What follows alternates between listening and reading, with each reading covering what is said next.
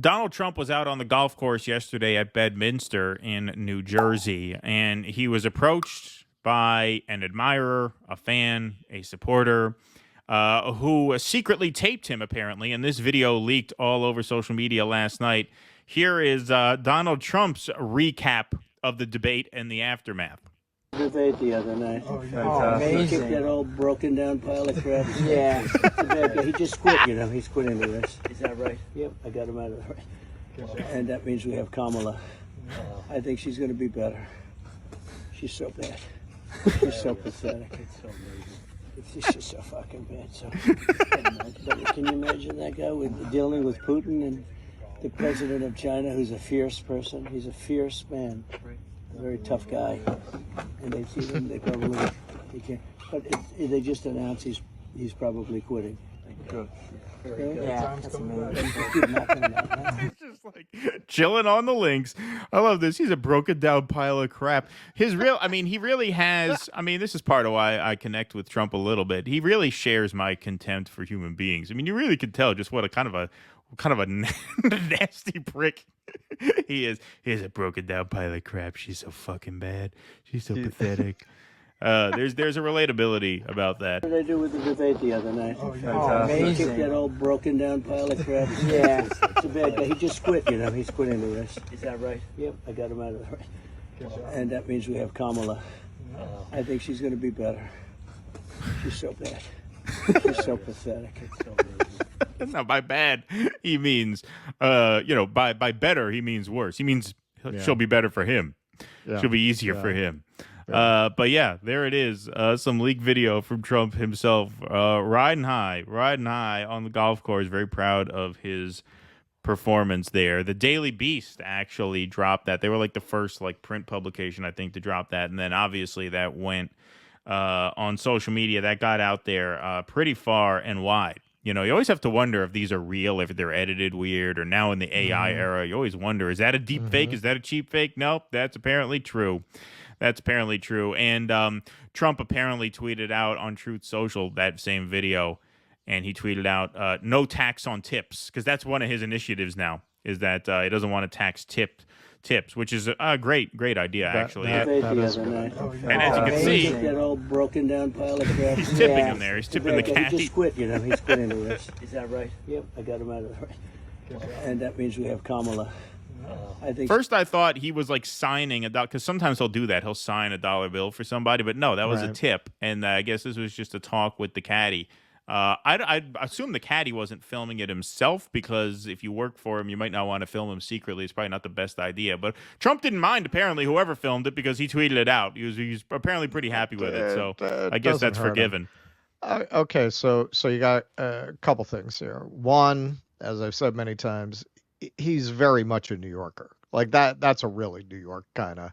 Yeah, that guy, he's a piece of crap, that guy. Oh, the other one, she's even better. Even better, that one. This guy, I want to see him deal with the premier of China. He's a very tough guy. That guy's very tough. He's very much thinks and talks like a New York guy. But there's something people don't realize, because New York, people think of the limousine liberals. They don't think of the street level New York. Street level New York is very relatable for working people. That language is very relatable for working people. There's a lot of focus on Trump representing a break from American tradition, but no, actually, he's right in the wheelhouse of American tradition. What do Americans fetishize? The common man, Harry Truman, plain talking presidents. Look, George Bush was as aristocratic as it could be, Bush the second. And, he talked that shit like he was out working on an oil rig that afternoon. People ate it up, right? Right. Trump's able to do that much more credibly than Bush. With Bush, if you paid attention, it always seemed like like a put on. Yeah. That's who he is. This is who Trump is. Not that he's not extremely privileged, but seems like he really hung out with the workers and the guys building his buildings. He got it from somewhere. That's the most likely source.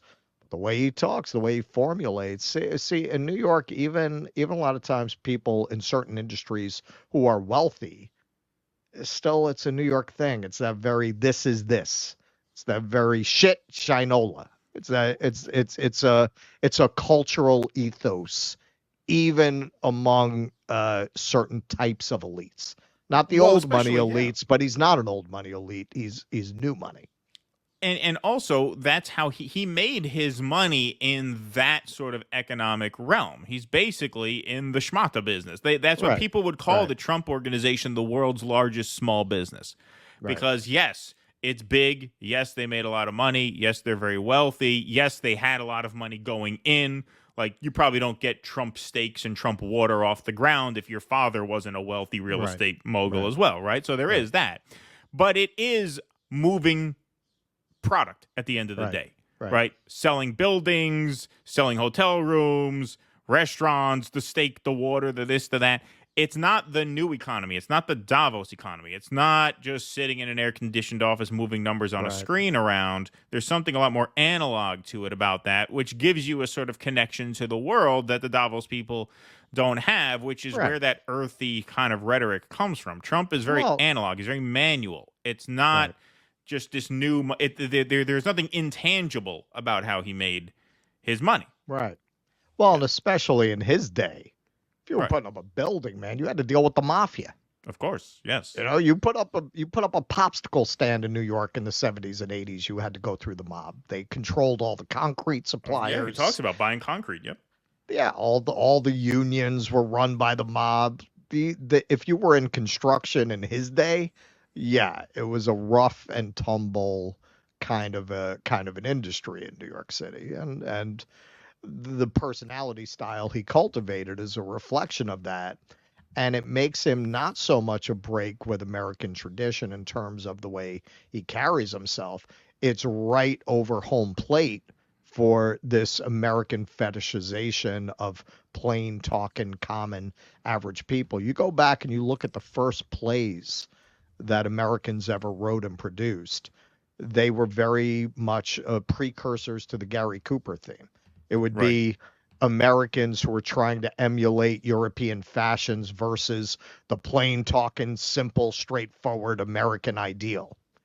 Right. Yes. And he definitely codes old school in that way. And that comes through even on the golf course. No question about that. Please clap.